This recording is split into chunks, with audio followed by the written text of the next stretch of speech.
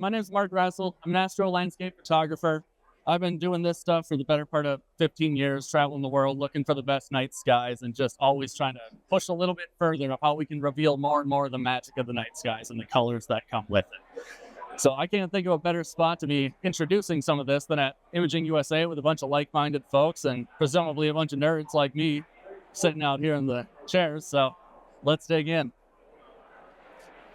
Why are we doing this? It's the red problem, if you will, quote unquote. So most cameras, stock cameras, are going to see maybe 25% of the hydrogen alpha light. And we'll get into what that is in a minute. Due to the internal IR cut filters that sit right in front of the sensor. All of that's just getting filtered out on purpose, fairly. So, but even with a modified camera, the light pollution, or moonlight, city light, whatever, is going to really make a lot of that stuff very faint. You're going to lose all of those deep red structures that are out in the universe. So the red problem, if you will, is really just that struggle to get the contrast back into those sections of that part of the spectrum, right? So this is kind of a side-by-side comparison, showing a single shot from a stock camera on the left and your astro-modified camera on the right. And so you can obviously see the astro-modified camera does pick up more of that hydrogen alpha, but it's still missing a lot of the detail, a lot of that texture, a lot of the deep hues that we're really looking for. So here comes the science lesson. I warned you. So what is H alpha? So any physics nerds in the audience, H alpha is emitted ionized hydrogen, the light emitted from ionized hydrogen. Or more specifically, when the atom's electrons fall from the third level to the second level, it gives off that energy as light. As photographers, we all know we're trying to capture that light, albeit very, very faint in this case.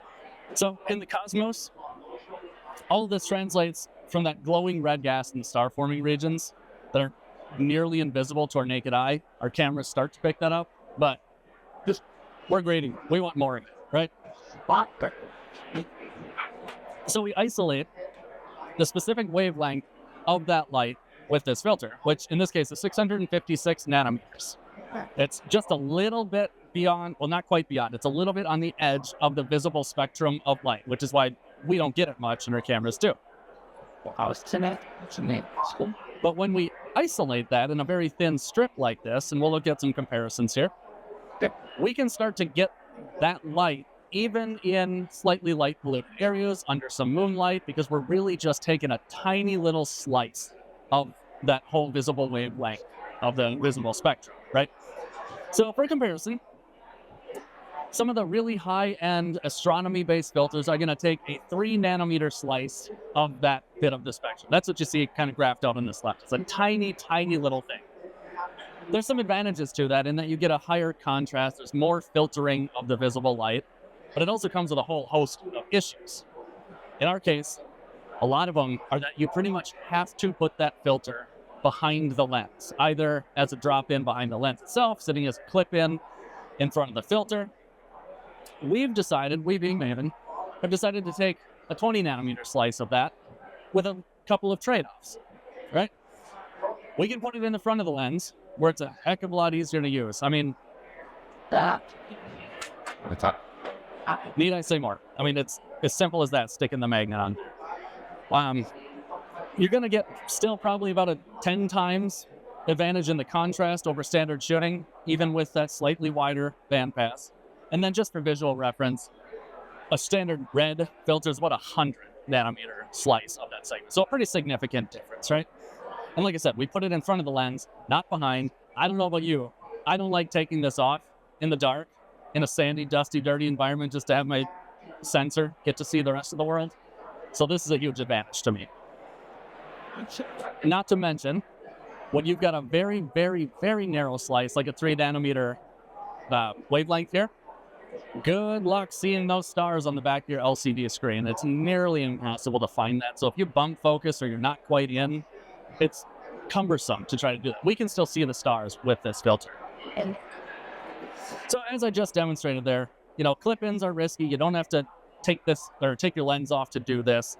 This system allows you to compose your shot. You can see the stars. You can do all that stuff. You don't need to refocus. You're literally just plopping it on and taking it off whenever you're not using that in between shots. Okay.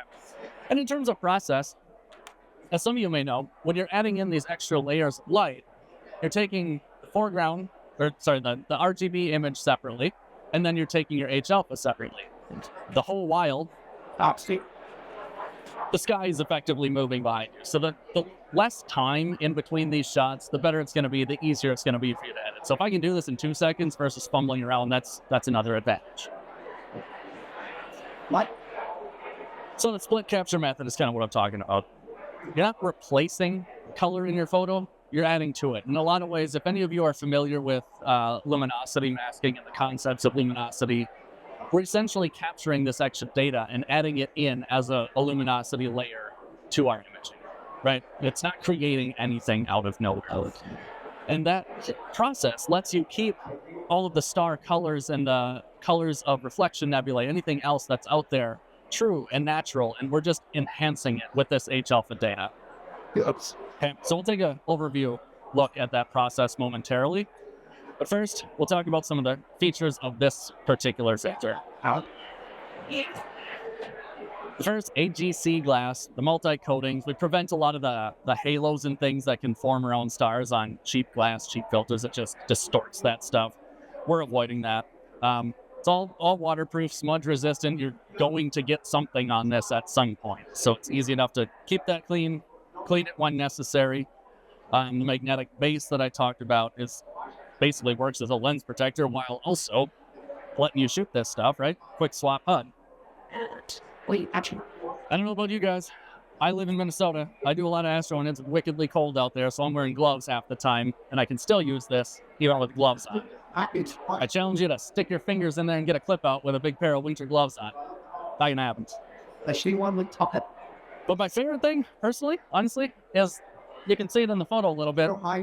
The glow-in-the-dark knurling that we've added to the edge on here. So when you're in the dark and you don't want to turn on an extra headlamp, I can see right on the lens where that is, where to grab, and just pop that off really easily. Right. Right, but now let's take a look at putting this stuff into practice. So we're going to take a step-by-step look through imaging and editing of this. I'll warn you in advance, I need about 7 hours with all of you to go through every bit of the detail here. I get 30 minutes, so this will be an overview. But all of these dust lanes and the faint little filaments are the things that appear when you're adding this H alpha data. And I want you to take note while we're going through this. I'll talk about it, but take note of the exposure settings that we're looking at. Typically, you're going to want about 3 to 4 times from your RGB when you switch over to H alpha. And that could be in the form of shutter speed if you're tracking and you have the ability to go longer. It can be with cranking your ISO or any combination of the above. Sony shooters, whoever you are, you've got the huge advantage on that. Crank that ISO and you're ready to rock. It's clean. So anyway, this example, 50 millimeter lens, f1.4, ISO 640, shutter speed, technically 41 seconds, but call it 40 for simplicity. This is the result on an astro modified camera. We get a little bit of that H alpha coming through, but not a lot. There's really not much detail in there. And I chose to shoot this Cygnus region of the sky, which for us in North America this time of year is basically straight up, very faint area of it. Then I throw on the H alpha filter.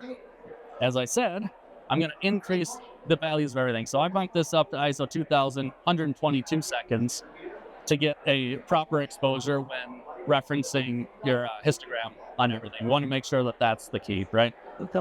And it's totally washed out red, as expected, because we're filtering only red. We'll see how that applies later. You can still shoot multiples, stack for noise reduction if you'd like you may do for the RGB imaging. Although not entirely necessary, since we're just adding this as a luminosity layer, that noise isn't quite as visible. But we take the red channel from our H alpha image in Photoshop or whatever editing software you're working with, isolate that into monotone. So that now is purely just the H alpha data that we've captured of this region. And if I go back a little bit, you can see that's obviously significantly more than we have in just this image. So then we take that and we're going to layer it onto the red channel of our RGB image. You can change opacity on this if it's a little too intense or not. It's to your liking here, right? And just blend that in to now your HA RGB image, revealing all of that information that we captured separately that just wasn't in the single image, even with the modified camera. Okay? Quick little cut into Lightroom for some final color processing or whatever you want to do is super simple. You can start playing with curves adjustments, levels adjustments, all of those things that you want to tweak this. But the beauty too is that you've now got, wow, I just looked at that screen. That's really magenta. But the beauty of it is you've got all of this data on a separate layer in your editing too. So you might look at this and, I went extreme for this example. You might think, man, that's a lot. Pull it down. Maybe it's too little for your taste. Move it up. Change the color. You do what you want to do with that, right? Totally independent of the rest of the image. So a couple little tweaks. We end up at a final image here that, again, just way, way, way more detail than we would have ever had with just a single image. So it looks like everybody at least has done some night imaging. And light pollution, moonlight, pretty much ruins everything, right? It's not. I kind of refer to this thing as the schedule saver in a lot of ways. I just planned a trip to New Zealand. Guess when I'm showing up? Full moon. Good planning on my part, right? I'll have a couple days without that. But what's nice about it is even on those bright moon nights, I can still capture HA data. The image that you're looking at here, I'll take the text off. This was captured on a full moon night, about 10 miles outside of the city I live in of 100,000 people. So I am both working against me pretty heavily. And I can still get all of that faint detail of Barnard's Loop around the Orion Nebula, even on a night like that, right? So I can still make use of those nights that would have otherwise been kind of cast aside as a useless evening to go shoot asteroids. And the best part is, like, stuff in space doesn't really move. It moves relative to us on Earth, but if I do this tonight, next week, next month, whatever, it's all the same information. So on my full moon night, I can capture this, wait for the next new moon, capture the rest of it, blend those together then. Can always be doing something to enhance my imaging when I'm working H-alpha into my process. So you saw there was just a couple quick little edits of your RGB image. We layered in the H-alpha that we talked about before. An important part of this process is making sure that everything is very well aligned to one another. There's a number of different ways you can do this. If you want to try to do that yourself in Photoshop, you certainly can. It's painful, but there's a bunch of other Astro software that can do this more automatically for you. That's very critical. That's what you're seeing on this slide here. This is Astro Pixel Processor for Mac. We can talk more about options for that. But it's just making sure that everything's aligned perfectly like you see here as this is running. That's taking that red channel isolated from H-alpha that I mentioned. We're going to put that on top of the red channel of the RGB image momentarily and blend these things together. So there's where you see that now merged into the red channel, coming into your final HA RGB image, and a very quick edit of that color to isolate that region of the sky that would have otherwise been pretty much completely invisible to your cameras. Okay? So, now we're just going to recap some of these primary features that I talked about. Nearly any lens can do this, or any camera, any lens. With step-up rings for the lens, the cameras itself, for any DSLR shooters, you're excluded if you're using the clip-ins, right? You can't clip something by that sensor, and dare I say, Canon, 13, 14, 15-year-old camera, their original 60, phenomenal for night sky, but H-alpha would be useless with that because of the mirror. Even with gloves, affordable pricing on all this stuff is totally worthwhile. Thank y'all.